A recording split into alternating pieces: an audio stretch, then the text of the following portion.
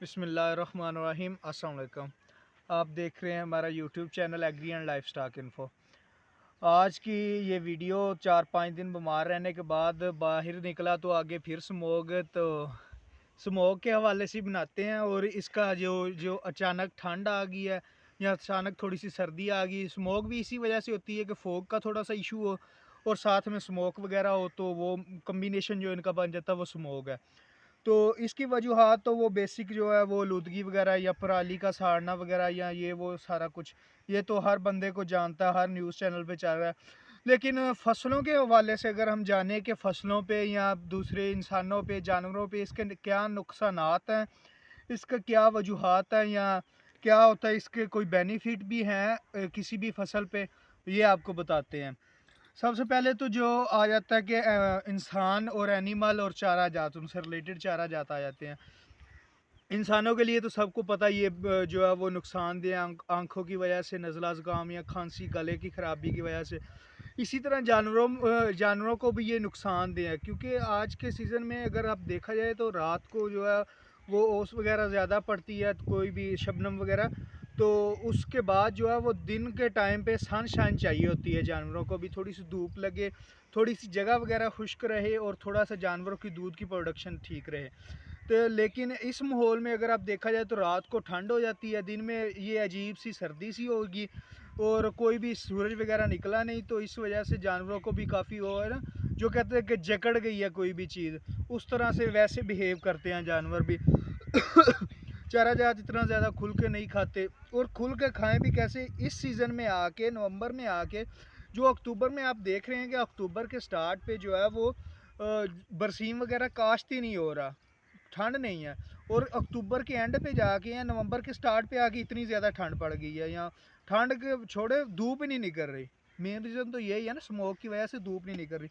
इसी वजह से पहले तो 4,000 ग्रो लेट हुए, और ग्रो लेट होने के बाद अब जो है उनका वो चला ही नहीं जा रहा, या वो सही से चल नहीं रहे, या सही से उनकी ग्रोथ नहीं हो रही, वो बिल्कुल रुके हुए हैं, क्योंकि सूरज की रोशनी की वजह से बरसीम या कोई भी फसल जो है वो चलती है। इसी तरह गंदम को देखें तो गंदम को जर्मिनेशन के लिए जो है वो थोड़ी सी हीट चाहिए, जो हीट जो सूरज से मिलनी थी वो भी आजकल जो है वो निकल ही नहीं रहा, तो जर्मिनेशन का भी इशू आ रहा है, गंदम की जर्मिनेशन का इशू आ रहा है। तो उसके लिए क्या हल कर सकते हैं, गंदम की जर्मिनेशन का इशू जो है वो गंदम में काफ़ी ज़्यादा आ रहा है। तो उसके लिए क्या किया जाए कि थोड़ी सी ना भारी वत्तर पे जो है वो काश्त की जाए। भारी वत्तर से थोड़ी सी नमी ज़्यादा मिलेगी, तो जर्मिनेशन तो वो जो है कंप्लीट हो जाएगी।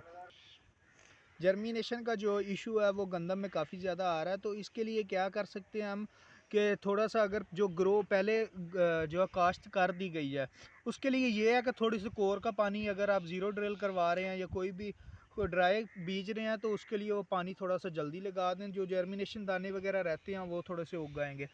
तो बाकी जो क्या है कि जो वत्तर पे काश्त करनी है या अभी कर चुके हैं, उसके लिए बेटर है कि बेहतर है, बल्कि करें ही ऐसे कि जो है थोड़ा सा बारह वत्तर रख के काश्त करें, जिसकी वजह से जो थोड़ी सी, बहरहाल उसमें भी एक इशू ये आएगा कि इतना ज़्यादा बारह वत्तर ना हो, लेकिन वो ज़मीन जकड़ होने का उसमें भी डर होगा, क्योंकि धूप वगैरह तो आ नहीं रही, जिसकी वजह से थोड़ी खुश्क हो जाएगी। तो बाकी जर्मिनेशन का जो इशू है वो थोड़ा सा सेट हो सकता है। बाकी आल चीज़ें डिपेंड अपॉन अल्लाह या फिर क्लाइमेट वगैरह, उस पर ही डिपेंड कर सकते हैं। इसीलिए जो भी हो रहा वो तो फिर सबके साथ साथ ही है, लेकिन थोड़ी सी अपनी एहतियात कर सकते हैं अपनी जानवरों की, फसलों की। तो बाकी धूप वगैरह निकलेगी तो कोई भी चारा जात चलेंगे, गंदम चलेगी। गंदम को भी ये बेसिक जो नीड होती है, स्टार्ट पे जो धूप वगैरह चाहिए होती है, उसके बाद ये बेटर होता है कि जनवरी फरवरी में जाके इस पर कोरा अच्छा पड़े, और फिर जो औसत इसकी जो है वो अच्छी आती है। बाकी जर्मिनेशन के साथ साथ गंदम की जो स्टार्टिंग रिक्वायरमेंट्स हैं, वो अगर आपको पहले भी बताया था, लेकिन उसकी जो मेन जो स्टार्ट पे की जाती हैं या करनी चाहिए, वो हाफ बोरी डीएपी या एक बोरी डीएपी स्टार्ट पे दें। अगर आप दे सकते हैं तो एक बोरी लाजमी है कि दें। एक बोरी डीएपी के साथ जो है वो 25 किलो जो यूरिया वो भी ऐड करें। उसके बाद जो है वो पहला पानी जो है वो, उसके बाद जो थोड़ा सा लेट भी करते हैं, कोई इशू की वजह से नहीं भी लगता, लेट लगता, तो उसका वो कोई नहीं आता है, जो खुराक है वो पूरी हो चुकी होती है पहले नीचे। तो पहले पानी पे बेस्ट है कि जिंक के साथ जो है वो यूरिया डाले। पहले जो है वो काश्त तो हो चुकी हैं, 4-5 दिन वीडियो मैं भी नहीं बना सका। इन्हीं डेज़ में जो है वो गंदम के क्लोज से दिन होते हैं जो काश्त करने के होते हैं।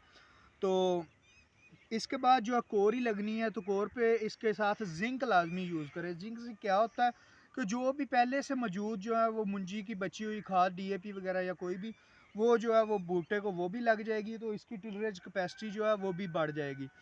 तो इसके और कोई भी आपका मज़ीद किसी भी फसल के बारे में क्वेश्चन हो तो आप कमेंट में पूछ सकते हैं। Thank you.